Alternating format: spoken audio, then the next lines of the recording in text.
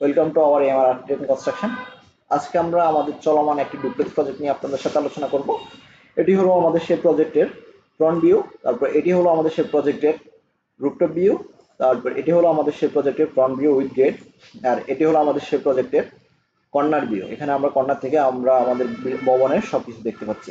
এখন আসুন আমরা আমাদের এই প্রজেক্টের আর্কিটেকচারাল প্ল্যান নিয়ে আপনাদের সাথে আলোচনা করি। আসলে এটি হলো আমাদের সেই প্রজেক্টের আর্কিটেকচারাল প্ল্যান। আমরা প্রথমে দেখছি আমরা ঢুকতে একটা পোর্ট পাচ্ছি, তারপর 10 ইঞ্চি বা 5 ফিট একটা পোর্ট। তারপরে ঢুকার পরে আমরা আমাদের 14 ফিট 8 ইঞ্চি বাই 12 ফিটে একটি সুবিশাল ড্রয়িং রুম। এখানে অনায়াসে 4টি সোফা রাখা যাবে। তারপর আমাদের এদিকে রয়েছে আমাদের একটি গেস্ট বেড, 13 ফিট বাই 12 ফিটে একটি গেস্ট বেড। গেস্ট বেডের সাথে রয়েছে আমাদের একটি 3 ফিট পথ বারান্দা। তারপর এদিকে আসি, এখানে রয়েছে আমাদের সাইড বেড, একটি সাইড বেড 13 ফিট বাই 12 ফিটে একটি সাইড বেড। সাইড বেডের সাথে আমাদের একটি অ্যাটাচ বারান্দা রয়েছে। তারপর এখানে আমাদের রয়েছে একটা কমন টয়লেট। আর এখানে আমাদের ডাইনিংটা বড় করে রাখা হয়েছে, যেন 24 ফিট 8 ইঞ্চি বাই 12 ফিটে একটি সুবিশাল ডাইনিং রুম, যেন অনায়াসে ছোটখাটো কোনো প্রোগ্রাম আমরা এই ডাইনিং এ করতে পারি।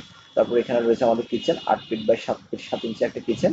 আমাদের কিচেন থেকে আবার বাইরে যাওয়ার জন্য এক্সিট পথ রয়েছে। তারপর এখানে আসি আমাদের একটা মাস্টার বেড রয়েছে।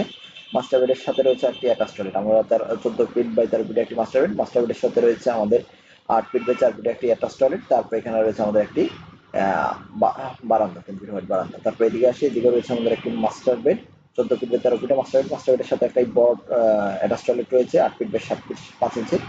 এই টয়লেটে দুটি কমন ব্যবহার করা যাবে অনায়াসে। তারপর এখানে আমাদের মাস্টার বেডের সাথে 3 ফিট একটি হোয়াইট বারান্দা রয়েছে। আর আমরা এই প্রজেক্টটিতে রাউন্ড শেড দিয়েছি, যেন ফুটপ্রিন্টটি সুন্দরভাবে ফুটে ওঠে।